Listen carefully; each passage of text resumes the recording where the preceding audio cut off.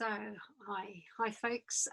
This is just a video to show you how to use the COVID-19 mutual aid template that I've designed for Trello. It's free to use. I'm going to stick it on Trello just after making this video. Hopefully it can help other organizations who are struggling with, they've just set themselves up and they're struggling to have a mutual aid group. So hopefully this will give you a framework. You can just pick it up, bug it in, add your volunteers, and it should be a self-sustain. The whole idea about this was to design something that was self-sustaining, so I could get sick. I know my mother's very poorly, so I knew that I might not be there to organize. So it doesn't need a central organization. It organizes itself. People can dip in and out. They can get sick, go away. They can come back and keep helping. Somebody who can only help a little can just come in and help a little. Someone who's willing to put a lot more work in can do the same. So it's a self-sustaining, everyone puts themselves forward, jobs get posted up. So we'll just go over to the board and I'll show you how it works. So I'll just share the screen and talk you through the board. So this is the Trello board. It's free to use. You can just go to Trello and download their software, and there's a level which is free to use. And I'm pretty sure that everything here is, I haven't put anything in that I've paid for. I'm pretty sure everything here, you can just go and pick up this board and have an account and get it running, and you can copy the board, so everything that's on this board will appear on your account, and you can just change the name to your own name there. The name of your group can go up here in the title board. So if we go up to the top here, there's like different boards. You see different boards that I'm running here. You won't have that. You'll just have the one board. It's organized a bit like a game of solitaire. These are called cards. And you put the cards up in stacks, and cards can move. You can pick up a card and you move it to a different stack. So, and that's extremely useful, and I'll show you how it works. But to start off with, we've got different stacks. We have resources, documentation, and contacts. So all these cards down here have got different interesting things on them that are helpful. And when you download this, you can have a look and see how it's all organized there. And then the next one is the templates, and these are templates that are template cards. You make a copy of a template and you can fill the card in. These are tasks to pick up, and this is where all the tasks that are put here that volunteers can pick up to do. So if a telephone call comes in and the tasks get put here. In process, it's basically when someone is on the job with something, they pop into the in process. Done, that's the great list, that's where jobs have been done. Blocked, there may be reasons why they've been blocked. We've got here alarms, accidents, abuse reporting. There's a little process for that should things go wrong. And then at the end here, we've got reimbursement required, where perhaps someone has paid for something and they need some money back, or they've got some expenses, or maybe some shopping's been done, hasn't been paid for. So there's a place to record that, so that can be dealt with as we go along. So just to go into the system a little bit, we've got a few things here. We've got some how-tos. So I've put some how-tos here on how to take, say, if you set up, I recommend you set up a telephone line. A mushroom.biz have a, you can sign up and they can give you a local telephone number, and it will go through to several different mobile phones if you wish. So people can make a local call and different people can be on duty to log calls. So I suggest you have that. And if you see here, there's just ideas and helpful things about how to log the call. Everything on this board can be changed. You can go in and say, we don't like it like this. You can change how it works. So that's basically how to log a call. How to pick up a task. Here again, that's instructions on how to do that. We've got our contact details of all our volunteers. So that goes in there, whether they've got a DBS or not, you can just fill that in, or people can fill themselves in. So not one person has to do loads of work. This is an open board, everyone can share with the work. Protocols about shopping, pharmacy, dog walking, how to link to Google Documents. If you look into these, you'll see all those different things. So here, this is the engine of it working. So say a phone call has come in, somebody is self-isolating in your neighborhood, you open up a template card and you don't edit this template, you create a card from the template. So you click create card and it will make a card. Create card, green button. On the phone it's slightly different. I think it's called duplicate. You'll have to have a little look.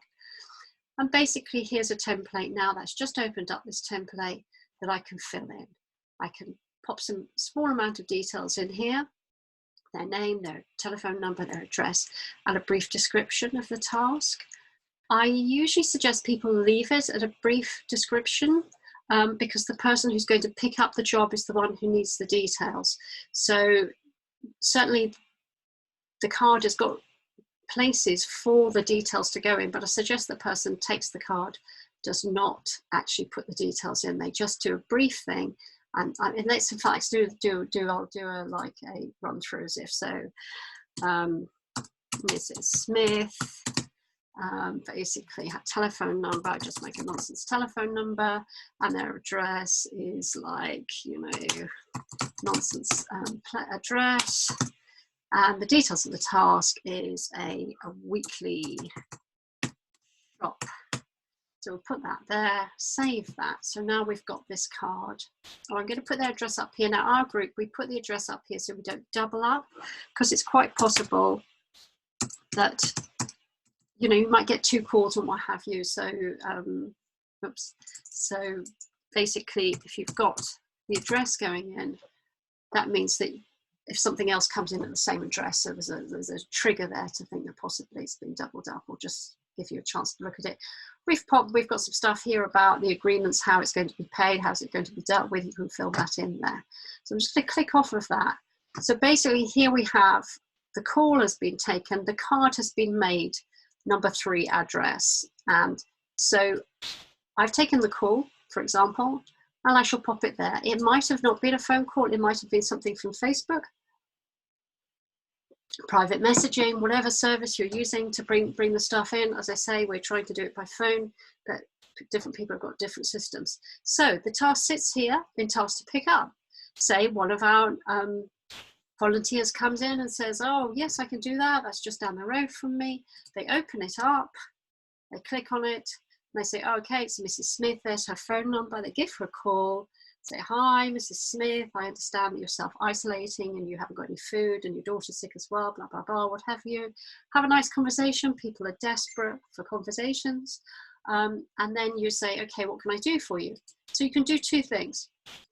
You can do a shopping list here, and the shopping list is open for everyone to see.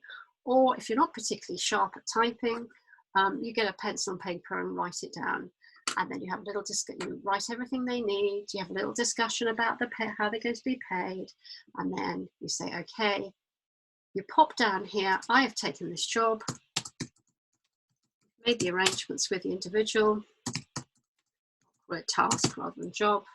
You save that, click off. Here's the job that you've picked up. You've picked it up now, so you're going to put it into process. So nobody else is going to pick it up. You're going to double up.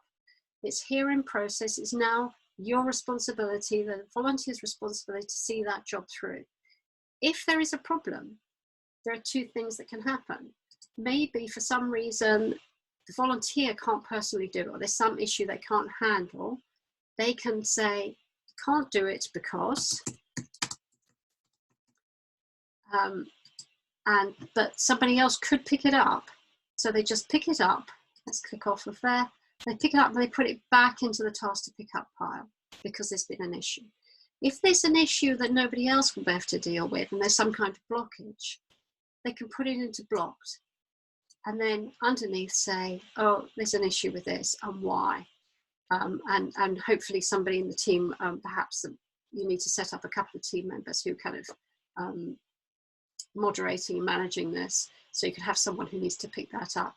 Or maybe you even give a local council member or parish or a neighbouring support group some kind of access, so those things that are blocked get picked up and dealt with. So you need to have a little process for that there. The last thing, we've got the alarms, accidents and abuse reporting.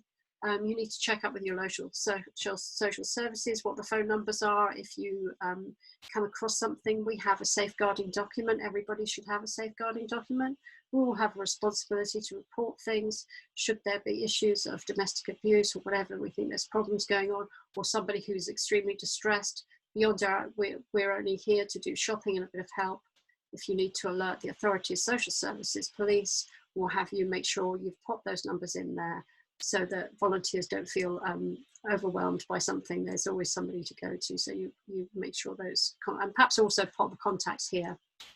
There's the community pharmacy contacts card, so that could, oh, I've still got my local stuff here. So that's actually our local, a few of our local numbers that I haven't cleaned out from this document. So basically you pop in useful numbers there for your volunteers. So really that's the system. It's pretty simple. It's self-sustaining. This is the really important thing. It's a self-sustaining system. Anybody can fall out of the system, anyone can join. Certainly you need to have things like, oh, I haven't got the right one there. You need to have a volunteer agreement. Where is it? At the top. Okay, so volunteer agreement. We've required our volunteers to read this and agree that they've read it by putting it here. The DBS checks go in under an attachment, so you ask them to photograph it, put an attachment up so you know who's DBS covered.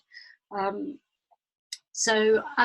obviously we're dealing with our neighbours. We need to be sensitive. Things about data protection or what have you need to know, not gossiping. I mean, it doesn't literally say that, but people need to sign up basically to have some respect for the needs and the privacy of their neighbours.